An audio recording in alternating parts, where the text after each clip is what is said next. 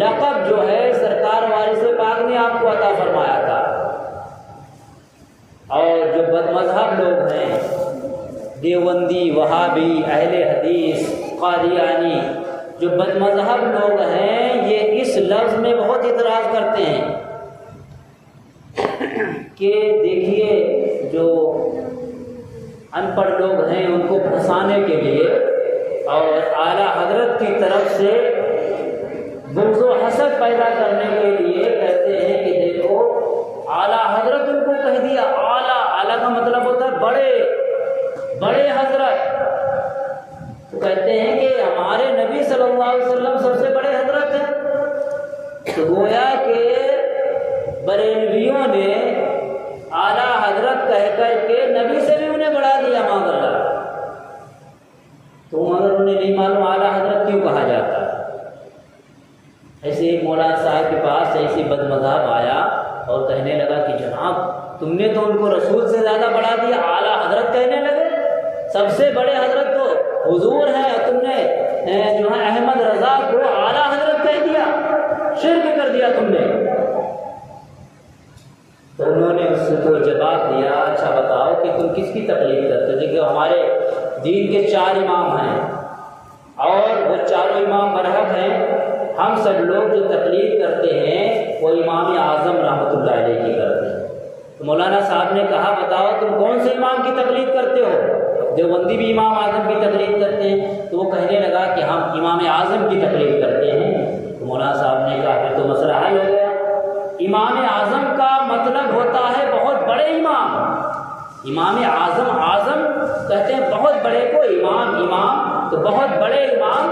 تو سب سے بڑے امام تو ہمارے آقا صلی اللہ علیہ وسلم ہیں، اور تم کہہ رہے ہو ہم امام اعظم کی تقلید کرتے ہیں۔ تو امام اعظم ابو حنیفہ کو تم نے سرکار سے بھی بڑا کر دیا۔ تو پھر وہ سٹپٹایا، بھاگنے لگا، چونکہ پھنس گیا بیچارہ۔ اگر کوئی عام انسان ہوتا تو وہ اعلیٰ حضرت کی طرف سے بدزن ہو جاتا ہے، یہ تو سنی لوگ غلط کہتے ہیں اعلیٰ حضرت کو، وہ سرکار سے زیادہ بڑھا دیا۔ تو اعلیٰ حضرت جو آپ کو لقب عطا فرمایا گیا تھا صرف اس وجہ سے کہ جو زمانہ اعلیٰ حضرت کا زمانہ تھا، جو دور اعلیٰ حضرت کا دور تھا، اس دور میں سب سے بڑے جو عالم تھے وہ سرکار اعلیٰ حضرت تھے۔ اسی وجہ سے دوسرے اور عالموں کے مقابلے میں، دوسرے اور حضرتوں کے مقابلے میں جو آپ کے دور کے حضرت تھے ان کے مقابلے میں آپ کو اعلیٰ حضرت کہا گیا، سرکار کے مقابلے میں اعلیٰ حضرت نہیں کہا گیا۔ نہ خواجہ صاحب کے مقابلے میں اعلیٰ حضرت کہا گیا، نہ صابر پہ آپ کے وارث پاک کے مقابلے میں اعلیٰ حضرت کہا گیا، بلکہ آپ کے دور کے جو علماء کرام تھے ان سب میں بڑے تھے، اس وجہ سے آپ کو اعلیٰ حضرت کہا گیا۔ اگر کسی کو جاننا ہے کہ انسان سنی ہے یا بد مذہب ہے تو اس کے سامنے اعلیٰ حضرت کا نام لے دو، فوراً وہ چڑھ جائے گا۔ اسے اعلیٰ حضرت سے نہ جانے کیسی نفرت ہے، چونکہ ہو کیوں نہ کہ اس کے جو گرو ہیں، بد مذہبوں کے جو گرو ہیں، ان کی پول اعلیٰ حضرت نے کھول کر کے رکھ دی۔ جنہوں نے اللہ کے نبی کو اپنے جیسا کہا تو سرکار اعلیٰ حضرت نے منہ توڑ ان کو جواب دیا۔ جنہوں نے رسول کے بارے میں کہا کہ مر کے مٹی میں مل گئے ہیں تو اعلیٰ حضرت نے بے شمار کتابیں اس کے اوپر لکھ دی، اس لیے وہ اور چڑھتے ہیں۔ اشرف علی کا نام آپ نے سنا ہوگا، دیوبندیوں کا بہت بڑا مولانا ہے اشرف علی تھانوی۔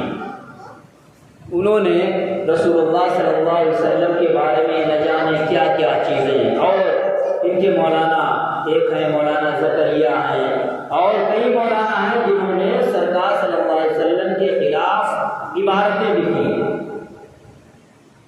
حرمین شریفین کے 33 علماء کرام جو بہت بڑے بڑے تھے، حرمین شریفین کہتے ہیں مکہ اور معظمہ، مکہ اور معظمہ کو حرمین شریفین، حرمین طیبین کہا جاتا ہے۔ تو مکہ اور معظمہ کے 33 بڑے بڑے مفتیوں نے یہ 3 مولانا جو دیوبندیوں کے بڑے بڑے مولانا ہیں، اشرف علی تھانوی اور مولانا زکریا، قاسم نانوتوی، ان کے خلاف کفر کا فتویٰ دیا، ان کی کتابوں میں جو عبارتیں ہیں ان کو پڑھ کر کے، اعلیٰ حضرت کی تو بات چھوڑو، اعلیٰ حضرت کے علاوہ بڑے بڑے عرب کے مولانا لوگوں نے ان کے خلاف کفر کا فتویٰ لگایا کہ انہوں نے اپنی کتاب میں ایسے ایسے لکھا، یہ اسلام سے خارج ہو گئے۔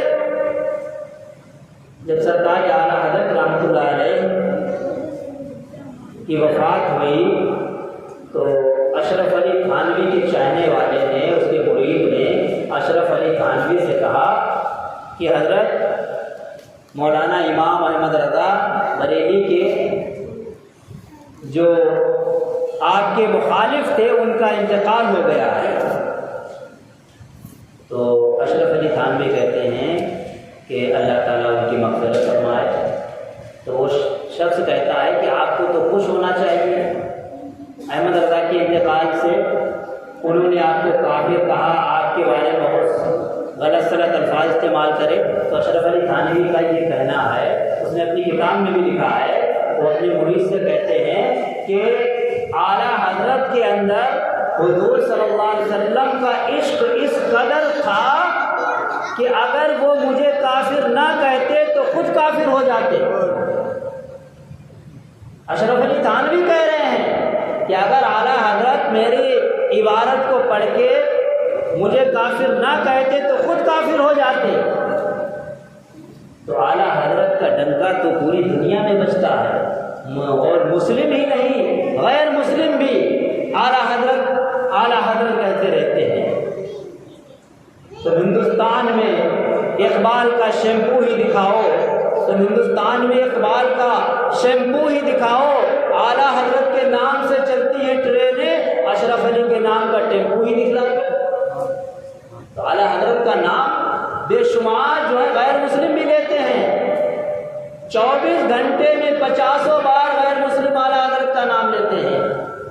آپ نے سنا ہوگا بریلی سے جو ٹرین چلتی ہے اعلیٰ حضرت کے نام سے جو بھج جاتی ہے، تو سب سے پہلے جب ٹرین اسٹیشن پر کھڑی ہوتی ہے تو اعلان ہوتا ہے یاتری لوگ کرپیا دھیان دیں، اعلیٰ حضرت ایکسپریس بریلی کے اسٹیشن سے چل کر کے بھج جانے کے لیے تیار ہے۔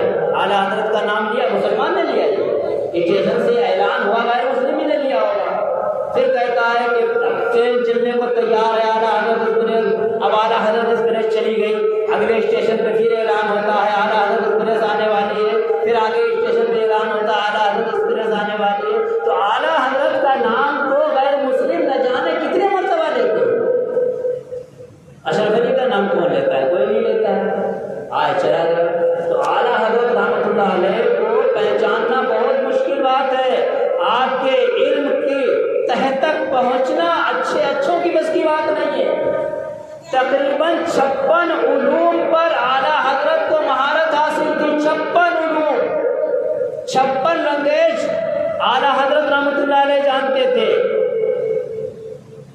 آپ کے پاس فتویٰ آیا کرتا تھا، جس زبان میں آتا تھا اسی زبان میں آپ اس کا جواب دکھا کرتے تھے۔ تقریباً 5000 فتوے سرکار اعلیٰ حضرت نے تحریر فرمائے۔ فارسی میں اگر استفتاء آیا تو آپ نے فارسی میں جواب دیا، عربی میں کسی نے سوال پوچھا تو عربی میں جواب دیا، پنجابی میں کسی نے پوچھا تو پنجابی میں جواب دیا، گجراتی میں کسی نے پوچھا گجراتی میں جواب دیا، کسی نے انگریزی میں پوچھا تو انگریزی میں جواب دیا۔ جس بھاشا میں کسی نے سرکار اعلیٰ حضرت سے سوال کیا، اعلیٰ حضرت نے اسی بھاشے میں اس کا جواب دیا۔ اور جو فتاوے آپ کے جمع کیے گئے، ایک کتاب آپ کی ہے فتاوی رضویہ کے نام سے، اعلیٰ حضرت کی کتاب ہے فتاوی رضویہ، جو 32 جلدوں پر منحصر ہے، جس کی 32 جلدیں ہیں، اور یہ پتلی 32 جلدیں نہیں ہیں، بلکہ بہت موٹی قریب اتنی موٹی اور اتنی چوڑی، 1.5 فٹ کی لمبی اور قریب 4-5 انچ کی چوڑی ایک کتاب ہے، ایک جلد، اس کی 32 جلدیں ہیں، جس میں سرکار اعلیٰ حضرت کے فتاوے ہیں۔ دیکھ لیجئے اس میں کتنی زبانیں استعمال ہیں، جس زبان میں سوال اسی زبان میں جواب دیا سرکار اعلیٰ حضرت نے۔ ایسے الفاظ اس کتاب میں فتاوی رضویہ میں ہیں کہ بڑے مولانا لوگ وہ الفاظ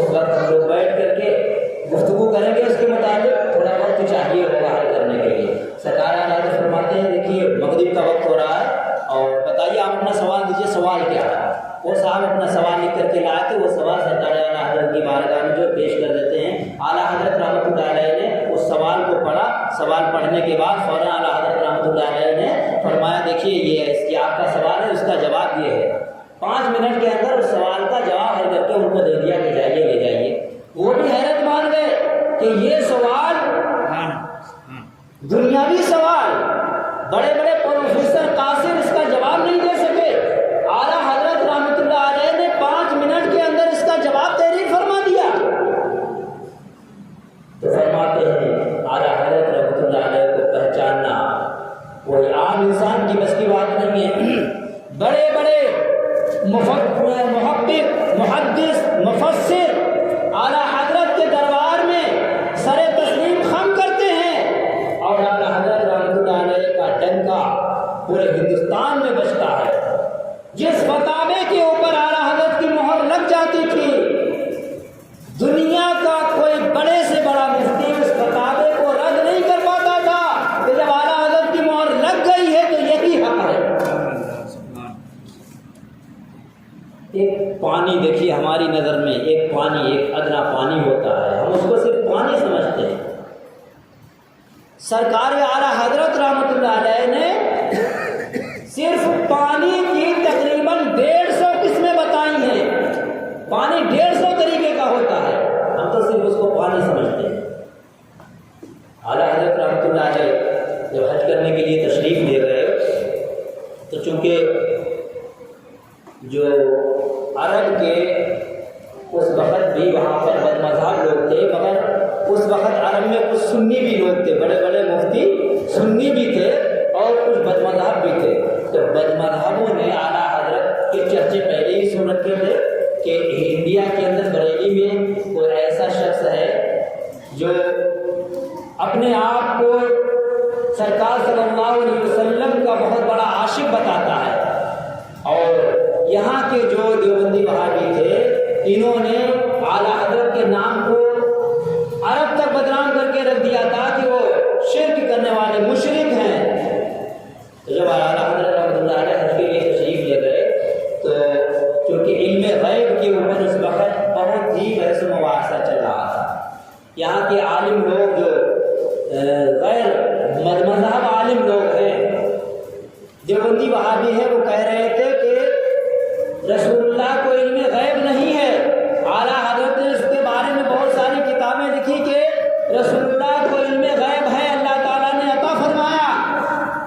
تو جب وہاں پہ تشریف لے گئے تو وہاں کے بڑے بڑے جو بد مذہب مفتی تھے وہ سرکار اعلیٰ حضرت کی بارگاہ میں آ جاتے ہیں، جمع ہو جاتے ہیں، کہتے ہیں کہ یہاں پہ تو احمد رضا اکیلے ہیں، نہ کوئی کتاب ہے ان کے پاس، اب یہاں پر ان کے سامنے سوال کرتے ہیں، دیکھیے کیا جواب دیں گے۔ علم غیب کے بارے میں وہ لوگ ایک استفتاء لے کر کے آ گئے اور کہا کہ آپ اپنے آپ کو بہت بڑا محدث و مفسر بتاتے ہیں، بہت بڑے علم والے بتاتے ہیں، غیب کے اوپر آپ نے بہت ساری کتابیں لکھی ہیں، اس مسئلے کا حل کیجیے اور بتائیے کہ رسول اللہ کو علم غیب تھا یا نہیں تھا۔ تو سرکار اعلیٰ حضرت رحمۃ اللہ علیہ علالت کی حالت میں تھے، آپ کی طبیعت اس وقت ناساز تھی، بخار بھی کچھ تھا۔ تو وہاں پر جب وہ لوگ آ گئے آپ کو گھیر لیا کر کے اور سوچنے لگے کہ یہاں پر اعلیٰ حضرت کوئی جواب نہیں دے پائیں گے، یہاں پر ان کو ہار کا منہ دیکھنا پڑے گا، مگر قربان جائیے عشق مصطفیٰ کے اوپر، سرکار اعلیٰ حضرت رحمۃ اللہ علیہ کی ذات مقدس کے اوپر کہ وہ فتویٰ آپ پڑھتے ہیں، فتویٰ پڑھنے کے بعد سرکار اعلیٰ حضرت رحمۃ اللہ علیہ نے روضہ مقدسہ پر بیٹھ کر ایک بہت بڑی ضخیم کتاب وہاں پہ تحریر فرمائی جس کا نام ہے الدورۃ المکیہ بمادۃ الغیبیہ کے نام سے، اور چھوٹی موٹی کتاب نہیں ہے، تقریباً 450 صفحات، 450 پیج کی کتاب ہے، اردو میں نہیں عربی میں آپ نے لکھی تھی بغیر کسی کتاب کے سہارے کے، علم غیب کے اوپر مدلل اور محقق کتاب الدولۃ المکیہ کے نام سے آپ نے روضہ مقدسہ کے اوپر تحریر فرمائی، اور صرف 8 گھنٹے کے اندر، آج اگر اتنی موٹی کتاب کوئی لکھنا چاہے تو 8 مہینے گزر جائیں گے، عربی میں نہیں لکھ پائے گا۔ سرکار اعلیٰ حضرت نے 8 گھنٹے میں بغیر کسی کتاب کے سہارے سے کتاب لکھی تھی الدولۃ المکیہ، اور وہاں کے جو مفتیوں نے پڑھی ہے وہ کتاب، تو جو اپنے تھے تو وہ تو اپنے تھے ہی، جو غیر تھے انہوں نے بھی اعلیٰ حضرت رحمۃ اللہ علیہ کے علم کا ڈنکا بجایا، اور اعلیٰ حضرت رحمۃ اللہ علیہ کے آگے انہوں نے بھی گھٹنے ٹیک دیے۔ سرکار اعلیٰ حضرت رحمۃ اللہ علیہ کو سمجھنا کوئی عام بات نہیں ہے، عام انسان نہیں سمجھ سکتا ہے۔ آج ہم لوگ جو ہیں غیروں کی باتیں سن کر کے سرکار اعلیٰ حضرت کی طرف سے بغض و حسد اپنے دل کے اندر بٹھا لیتے ہیں، نہیں بٹھانا چاہیے، چونکہ اور بہت سارے لوگ اعتراض کرتے ہیں لوگوں کو بہکانے کے لیے کہ دیکھیے آج لوگ کہتے ہیں کہ مسلک اعلیٰ حضرت یہ ایک نیا مسلک بنا دیا۔ اعلیٰ حضرت کا یہ مسلک اعلیٰ حضرت کہاں سے آ گیا؟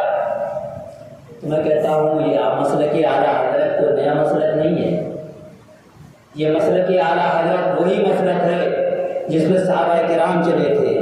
مسلک اعلیٰ حضرت ایک وہی مسلک ہے جس پہ غوث اعظم رحمۃ اللہ علیہ نے کام کیا۔ مسلک اعلیٰ حضرت ایک وہی مسلک ہے جس پہ خواجہ صاحب نے کام کیا تھا۔ مسلک اعلیٰ حضرت وہی مسلک ہے جس میں صابر پاک وارث پاک رحمۃ اللہ علیہ، حضرت خواجہ نظام الدین اولیاء، حضرت خواجہ بختیار کاکی رحمۃ اللہ علیہ نے کام کیا۔ ایک وہی مسلک ہے جو مذہب اہل سنت و جماعت ہے، وہی مسلک اعلیٰ حضرت ہے جو امام اعظم رحمۃ اللہ علیہ کا مسلک ہے، یہ وہی مسلک اہل سنت و جماعت ہے، اسی کو مسلک اعلیٰ حضرت کے نام سے موصول کر دیا گیا۔ آج اگر جو مسلک اعلیٰ حضرت کے نام سے چڑھ جائے تو سمجھ لینا کہ وہ سنی نہیں ہے، بدعقیدہ ہو سکتا ہے۔ ایسے بدعقیداؤں سے ہمیں بہت دور رہنا چاہیے۔ آج دنیا کا پڑھا لکھا انسان، دنیاوی تعلیم سے آراستہ انسان بہت جلدی یہ کہہ دیتا ہے کہ یہ سنی اور دیوبندی کوئی چیز نہیں ہے، ہمیں تو بس وہ چیزیں دیکھنا جو ہمارے آقا صلی اللہ علیہ وسلم نے کی ہیں۔ اگر یہ ساری چیزیں نہ ہوتی، ان ساری چیزوں پر اگر سختی اختیار نہ کی گئی ہوتی تو جو ہمارے آقا صلی اللہ علیہ وسلم دین اسلام لے کر کے آئے تھے، اس وقت عرب کے اندر اسلام نہیں تھا۔ اسلام لانے کے بعد ہمارے آقا صلی اللہ علیہ وسلم نے سب سے پہلے جو کعبے کے اندر 360 مورتیاں رکھی تھی، ان مورتیوں کو توڑوایا تھا نہیں توڑوایا تھا؟ اگر یہی ہوتا کہ کسی کو برا مت کہو تو ہمارے آقا صلی اللہ علیہ وسلم ان مورتیوں کو کیوں توڑواتے؟ ہمارے آقا صلی اللہ علیہ وسلم یہ فرماتے چلو مورتیاں رکھی رہنے دو، ہم ایک طرف بیٹھ کر کے اللہ کی عبادت کرتے رہیں گے، وہ مورتیاں رکھی انہیں رکھے رہنے دو۔ جب مسجد نبوی کے اندر منافق لوگ گھس آئے تھے، منافق اسے کہتے ہیں جو لوگ ہمارے آقا صلی اللہ علیہ وسلم کی بارگاہ میں جاتے تھے تو مسلمان بن جایا کرتے تھے کہ ہم ایمان والے ہیں، اور جو اپنے لوگوں میں جاتے تھے تو کہتے تھے نہیں بس ہم تو ایسے ہی جاتے ہیں ان کے پاس، ہم تو تمہارے ساتھی ہیں۔ تو وہ منافق لوگ تھے، ادھر کی ادھر ادھر کے ادھر، جیسے چلے گئے جس جماعت میں وہی ہو گئے، خالی کے بیگن۔ اگر ہر چیز پر اتفاق ہونا ہوتا تو جب مسجد نبوی کے اندر منافق آ گئے تھے، اللہ کے نبی صلی اللہ علیہ وسلم کو اللہ تعالیٰ نے مطلع فرما دیا تھا کہ اے نبی فلاں فلاں منافق ہے، یہ مسلمان نہیں ہے، مسلمانوں کا لبادہ پہن کر کے تمہاری مسجد میں آیا ہے، تمہارے حالات کو جاننے کے لیے آیا ہے۔ اگر یہی ہوتا تو اللہ کے نبی صلی اللہ علیہ وسلم ان کو بھی اپنے ساتھ نماز پڑھا لیتے اور کہتے کہ ہو سکتا ہے کہ ہم میں کہتے ہیں کہ کافر کو کافر مت کہو، ہو سکتا ہے مسلمان ہو جائے، جبکہ قرآن کہتا ہے صاف لفظوں میں قل یا ایھا الکافرون، اللہ تعالیٰ فرماتا ہے محبوب ان کافروں سے فرما دو تمہارا دین الگ ہے میرا دین الگ ہے، پھر ہم ان کے دین میں کیوں گھسنے کی کوشش کرتے ہیں، اپنا دین ان میں کیوں شیئر کرتے ہیں، اپنی باتیں ان کو کیوں بتاتے ہیں۔ آج جو طلاق کے مسائل ہیں، خلا کے مسائل ہیں، زہار کے مسائل ہیں، یہ ساری اسلامی چیزیں جو غیر مسلموں کو پتہ ہیں، کیا یہ ان کے پاس علم کہاں سے آیا؟ ظاہر بات کہ ہمارے لوگوں نے بتایا، کچھ بکے ہوئے جو مولانا ہیں انہوں نے بتایا۔ قرآن فرماتا ہے کہ اپنے راز ان پہ ظاہر مت کرو، یہ تمہارے ہونے والے نہیں ہیں۔ ہم قرآن کی بات کو نہیں مان رہے اور اپنی ساری باتیں شیئر کرتے چلے جا رہے ہیں۔ محترم حضرات، اگر یہی ہوتا تو ہمارے نبی صلی اللہ علیہ وسلم منافقوں کو مسجد سے نہیں نکالتے۔ ہمارے نبی صلی اللہ علیہ وسلم جمعے کی نماز کے لیے کھڑے ہوتے فرماتے ہیں کہ جو منافق ہے وہ مسجد سے نکل جائے۔ وہ لوگ سمجھتے تھے یہ کیا معلوم کون منافق ہے، ہمارے دل کے حالات کیا جانتے ہیں۔ یہ بھی تو سرکار اعلیٰ فرماتے ہیں نبی غیب داں ہیں، اللہ نے غیب عطا فرمایا، ہمارے نبی غیب جانتے ہیں۔ وہابی دیوبندی کہتے ہیں کہ نبی کو پیٹھ کے پیچھے کا علم نہیں ہے، اور اس بات سے بھی حدیث پاک ہے، اس بات سے ظاہر ہوتا ہے کہ غیب تھا یا نہیں تھا۔ اللہ کے نبی نے جنہیں فرمایا جو منافق ہے وہ مسجد سے نکل جائے، تو منافق سمجھ رہے تھے کہ ہمارے بارے میں کیا معلوم، ہم تو ہمارے بارے میں تو یہ سرکار جانتے